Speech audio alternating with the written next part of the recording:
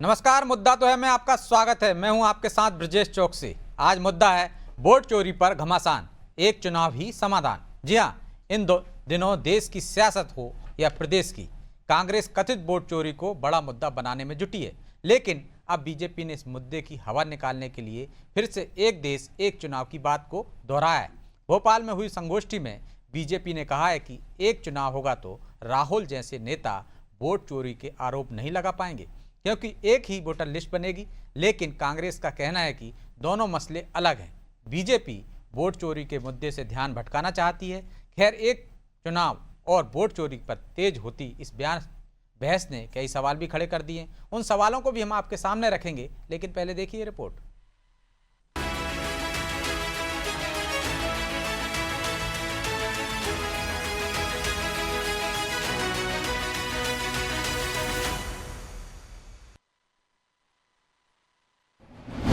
एक देश एक चुनाव, वोट चोरी का यही जवाब।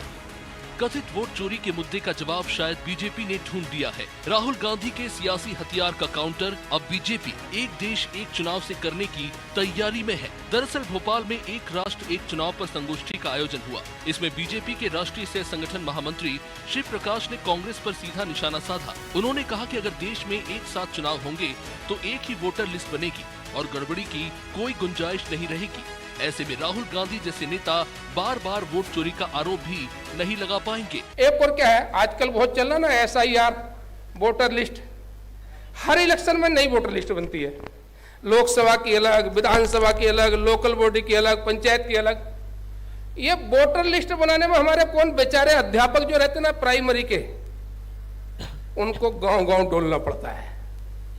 Voter list, voter list, voter list, और कितनी ईमानदारी से काम करें। राहुल गांधी कहते वोट चोरी हो गई।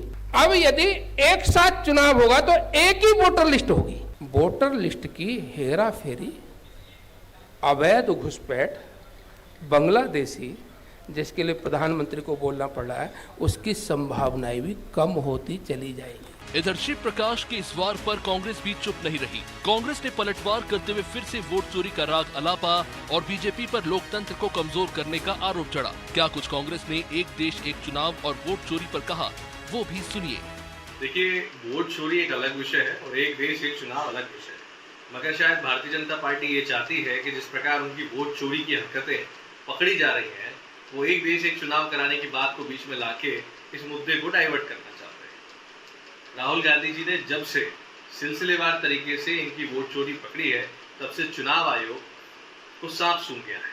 वो सच्चाई को बोलने के बजाय एक पे एक उल्टा राहुल गांधी पे आरोप लगाते हैं और सबसे बड़ी बात, पूरी भारतीय जनता पार्टी चुनाव आयोग के पक्ष में खड़ी हो जाती है। जाहिर है, एक देश एक चुनाव होने से सरकारों को काम करने का ज्यादा समय मिलेगा। चुनाव आयोग को भी बार बार वोटर लिस्ट बनाने से राहत मिलेगी। लेकिन बड़ा सवाल यही है कि क्या इससे कांग्रेस के आरोपों पर विराम लगेगा या फिर बीजेपी इसी बहाने कांग्रेस के इस मुद्दे की हवा निकाल देगी। खैर, अब देखना होगा कि एक चुनाव की बहस में किसकी बात जनता को ज्यादा असर करती है। ब्यूरो रिपोर्ट, अनादि टीवी।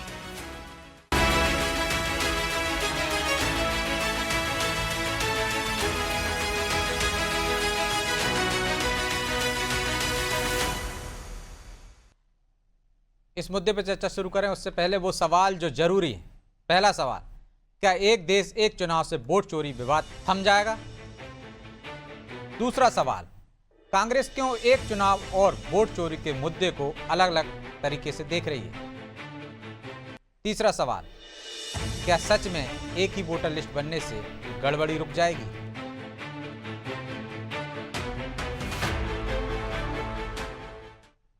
चलिए इन सवालों के साथ इस मुद्दे पर चर्चा शुरू करते हैं। चर्चा में हमारे साथ मौजूद हैं बीजेपी प्रवक्ता ब्रजेश पांडे, कांग्रेस प्रवक्ता ज्योति पटेल और हमारे सहयोगी ध्रुव पटेरिया।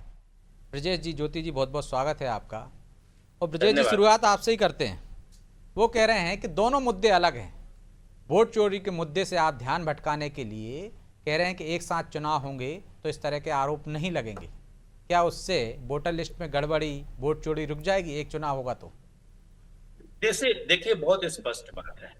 भारत का संविधान की धारा 1950 की धारा 21 इलेक्शन कमीशन ऑफ इंडिया के पास ये अधिकार है, और ये अधिकार भारत के संविधान निर्माता डॉक्टर भीमराव अंबेडकर जी जब संविधान का निर्माण किए थे, उस संविधान सभा में कई सम्मानित सदस्य भी थे। पंडित जवाहरलाल नेहरू के समय ही ये संविधान बना था, जो कांग्रेस के राष्ट्रीय नेता थे, देश के प्रधानमंत्री थे।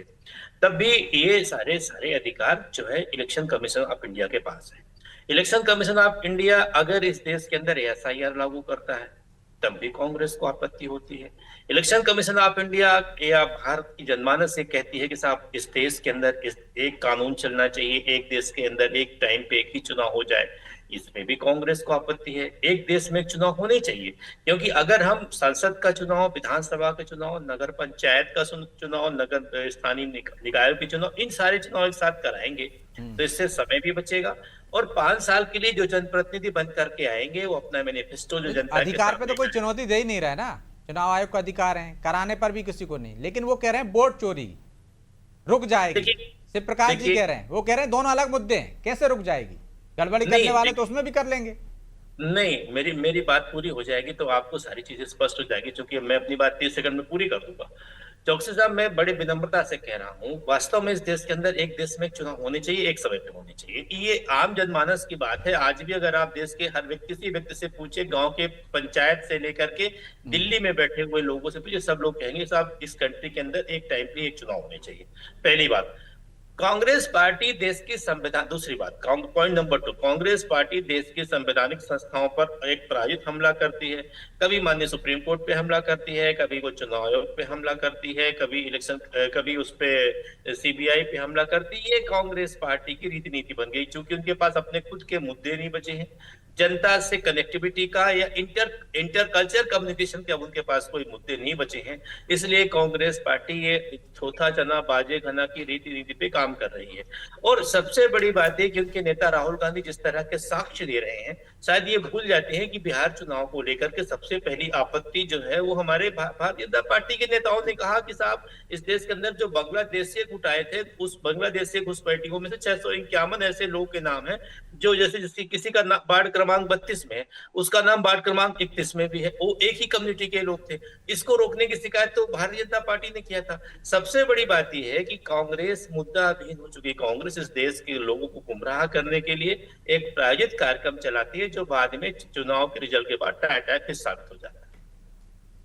तो ज्योति जी वो कह रहे हैं कि मुद्दा विहीन है कांग्रेस, इसलिए लोगों को गुमराह करने की कोशिश कर रही। और वोट चोरी और एक चुनाव अलग अलग कैसे हो गए? यदि एक साथ चुनाव होंगे तो आपके पास भी समय रहेगा, आपके पास भी एक साथ चुनाव होंगे तो गड़बड़ी रोकने के लिए होगा। अभी तो आप कह रहे हैं इस राज्य में गड़बड़ी हो गई, क्योंकि लोकसभा चुनाव में इतना हुआ था वोटिंग % और विधानसभा चुनाव में ये गड़बड़ी हो गई। तो वो एक साथ चुनाव होंगे तो आसान नहीं होगा। देखिए प्रभु जी, आपको बहुत बहुत नमस्कार। ब्रजेश जी नमस्कार। आप दोनों को नमस्कार। देखिए, दिल बहलाने के लिए या लोगों को बहलाने के लिए गालिब ख्याल अच्छा है। जो मुझे तो ये समझ नहीं आ रहा है कि आप बात हो रही थी वोट चोरी की और मुद्दा थम गया कहां पर? एक देश एक चुनाव पर। ये तो बिल्कुल 100% जो मुद्दे हैं ये अलग अलग है, और ये बहुत बड़ी चर्चा का विषय है कि एक देश एक चुनाव होना चाहिए या नहीं होना चाहिए। अभी बात ये हो रही है कि आज हमारा देश का जो लोकतंत्र है वो वोट के अधिकार पर खड़ा हुआ है। वोट का अधिकार एक ऐसा अधिकार जो हमारे देश के प्रत्येक गरीब, अमीर, प्रधानमंत्री और मजदूर को एक समान अधिकार देता है। वो वोट के अधिकार की बात कर रही है, और उस वोट के अधिकार पर कोई और नहीं बल्कि चुनाव आयोग खुद डाका डालने में लगा हुआ है। जो वोटों की, जिसको वोट के अधिकार की रक्षा करना चाहिए, वो वोटों की चोरी करवा रहा है।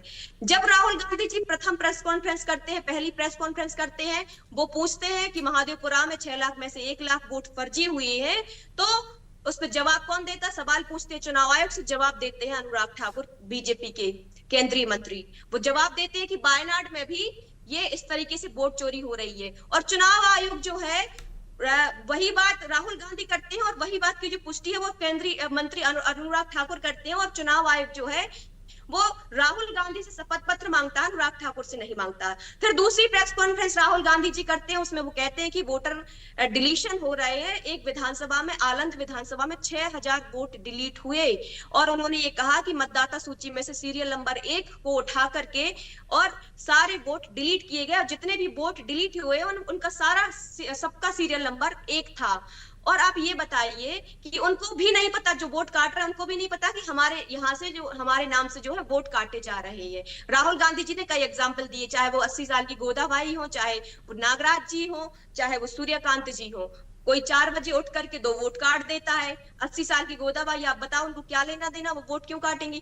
तो ये तमाम मुद्दे आते हैं। तो सवाल पूछते हैं राहुल गांधी जी चुनाव आयोग से, वो जवाब देते हैं, अनुराग ठाकुर फिर से जवाब देते हैं। लेकिन आपने भी मान लिया, जब बीजेपी वाले ऐसा कह रहे हैं कि वहां भी गड़बड़ी हुई है, तो गड़बड़ी तो होती है, कहीं एक जैसी नहीं होती कि आपके साथ ही हो रही है। यदि वहां पे हो रही है जहां पे आप लोग जीते हैं तो गड़बड़ी होती है।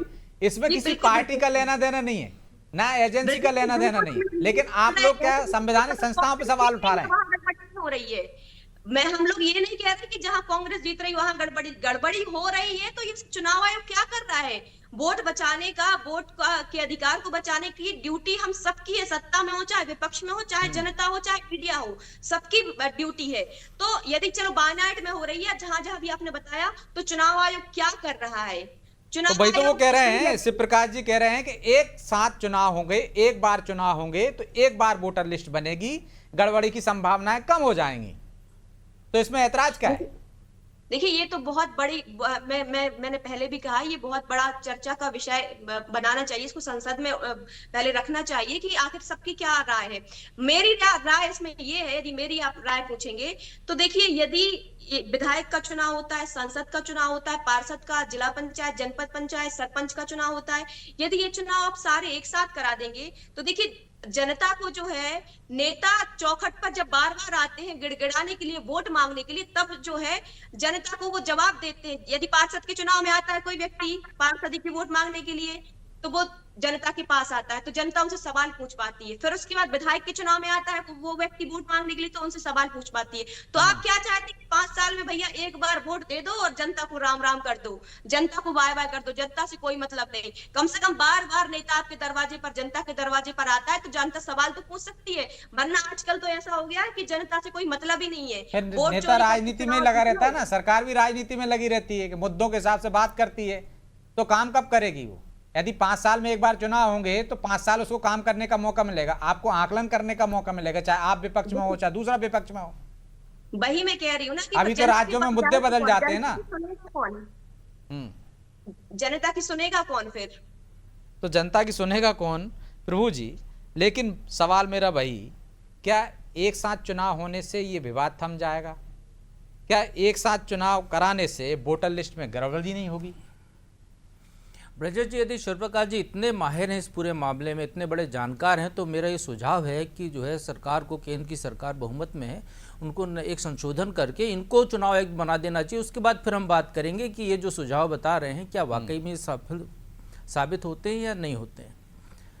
देखिए, वोट चुनाव में गड़बड़ी की शुरुआत कब से हुई है? जो राहुल गांधी जो आरोप लगा रहे हैं, या कांग्रेस जो आरोप लगा रही है, ये क्यों लगा रही है? इसके लिए जिम्मेदार है चुनाव आयोग।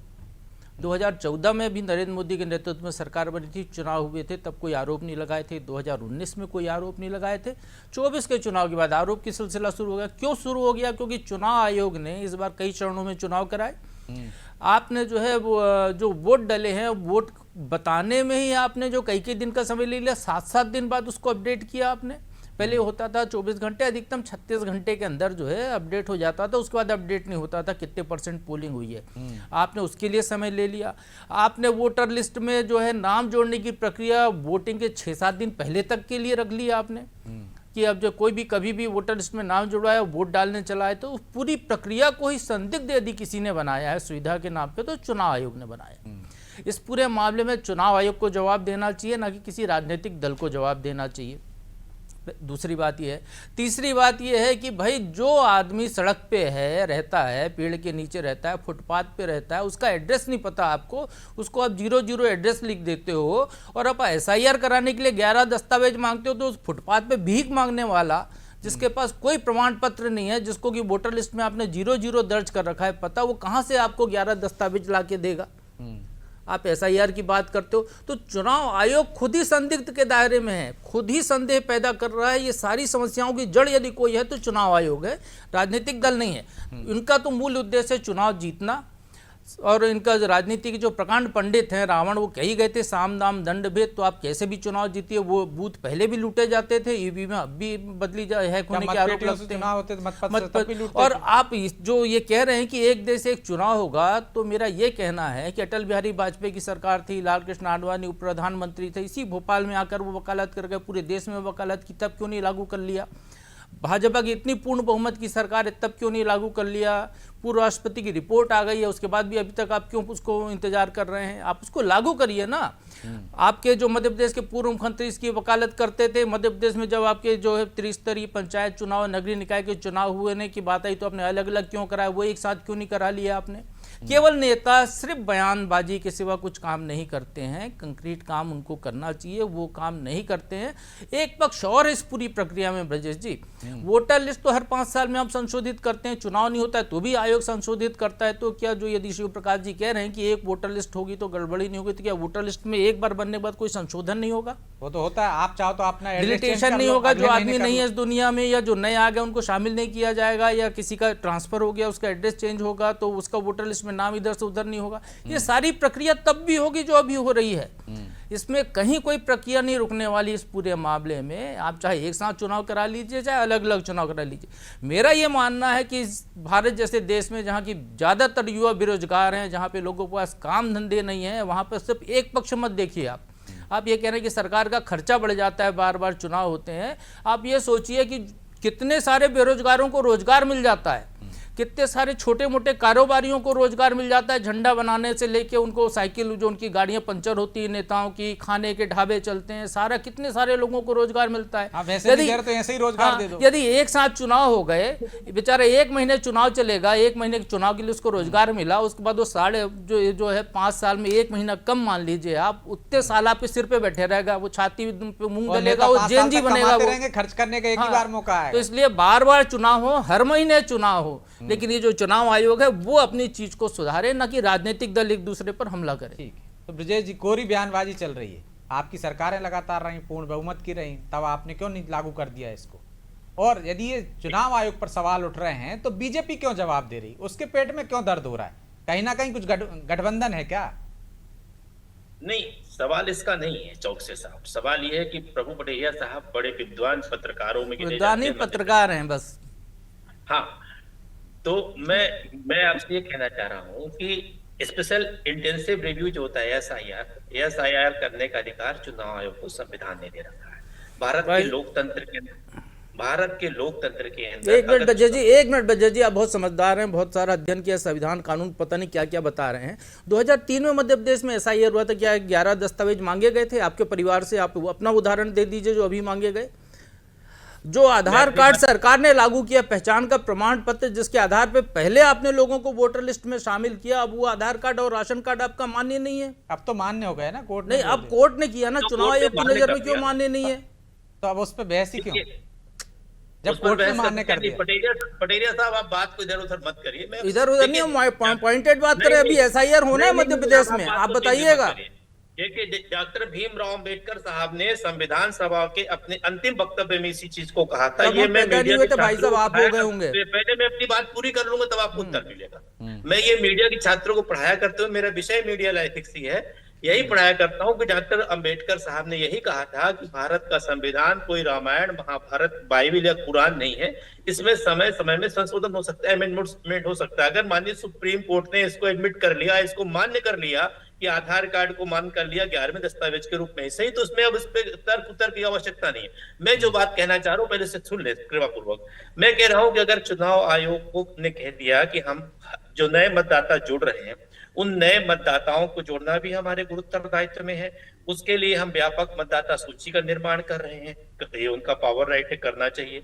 उसका सत्यापन कर रहे हैं जिससे सटीक चुनाव हो, धोखाधड़ी न हो। और जो कई जगह नाम जुड़ गए थे, चूंकि जो बांग्लादेशी घुसपैठी इस तरह के बिहार में आए थे, और तो बिहार के चुनाव में शिकायतें आई, 1 जुलाई से प्रक्रिया शुरू हुई और उसकी डेट 30 सितंबर तक निर्धारित की गई। दावा और आपत्तियों का भी दौर आया के साथ, अगर नहीं है हमारे पास प्रमाण पत्र, डोमिसाइल सर्टिफिकेट नहीं है, जब हमारे पास उसका सर्टिफिकेट नहीं है हायर सेकेंडरी पास होने से लेकर अन्य दस्तावेज, तो कहा गया कि भाई साहब नहीं है तो कुछ तो आपके पास इसमें से एक भी डॉक्यूमेंट्स होना चाहिए ना।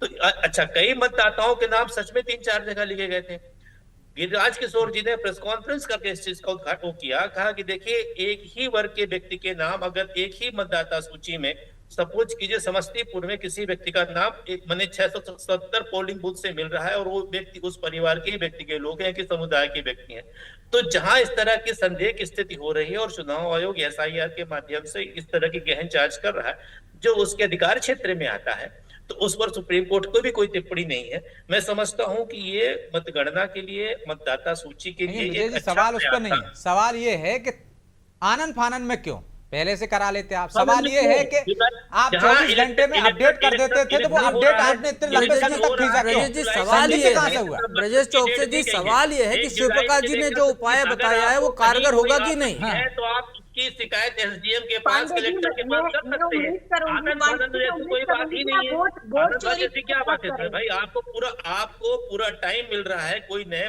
किसी की कोई आपत्ति आ रही है तो आपत्ति खारिज हो जाएगी।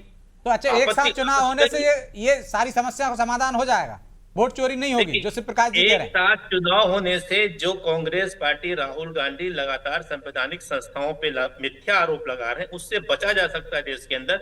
एक साथ एक चुनाव होने में आपत्ति क्या है भाई? अगर इससे पैसे वोट चोरी कैसे रुकेगी उसमें? सेना जो यदि एक कोई परीक्षा केंद्र में गड़बड़ी है, एक परीक्षा केंद्र में गड़बड़ी है, तो पूरी प्रक्रिया, पूरे सिस्टम को सुधारना होगा ना, तो चुनाव आयोग को सुधारना होगा ना। हम कह रहे हैं कि अगर गांव के पंच से लेकर के देश के प्रधानमंत्री पद तक का चयन एक साथ हो जाएगा, तो इसमें बुराई क्या है?